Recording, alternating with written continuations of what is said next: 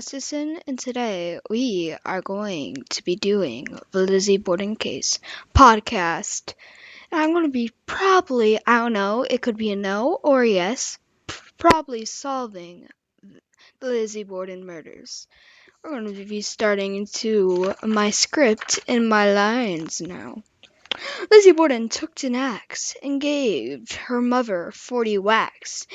And when she saw what she had done, she gave her father 41, a New England nursery rhyme.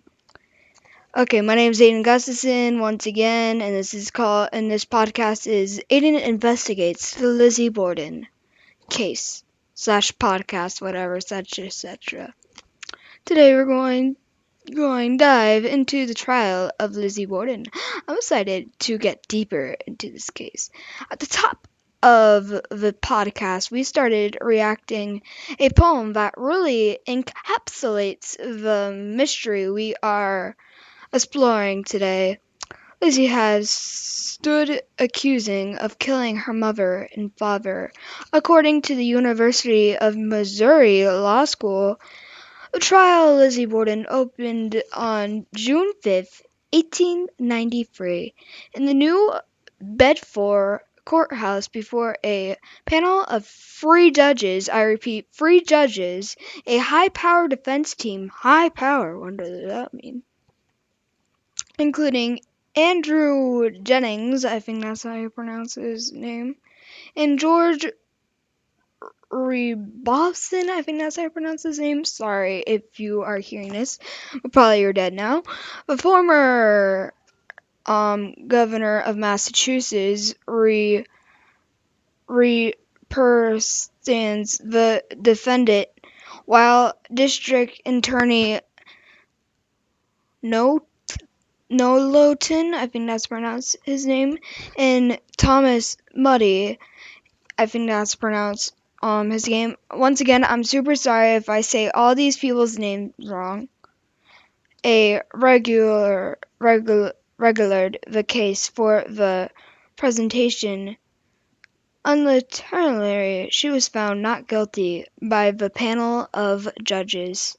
Now this is Detective Aiden! And now, according to University of Missouri Law School, all my facts are the mystery in the Detective Aiden are from the people. And not Lizzie, then who? Only Lizzie had a good opportunity to commit the murders. At the time of her mother's murder, around 9:30 a.m., just by the way, household guest John Morris was visiting relatives. Sister Emma was out of town. Andrew Borden was running errands around town, and maid Bridget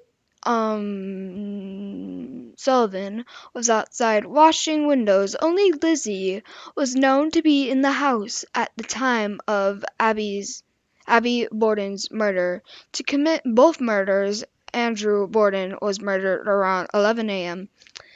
and an outside intruder would have either had to hide in the house for 90 minutes, just so you know, it's around 1 hour and 30 minutes, or deported and then returned without being seen. That was the first fact. The next fact, by the way, I'm turning the page on my script. When Bridget Sullivan comes back inside after having finished washing outside windows around 10:30 a.m., she reported hearing a muffled laugh coming from upstairs. She assumed that it was Lizzie making the noise. Lizzie, of course, denying being upstairs during this time prior between her mother's murder and her father's murder.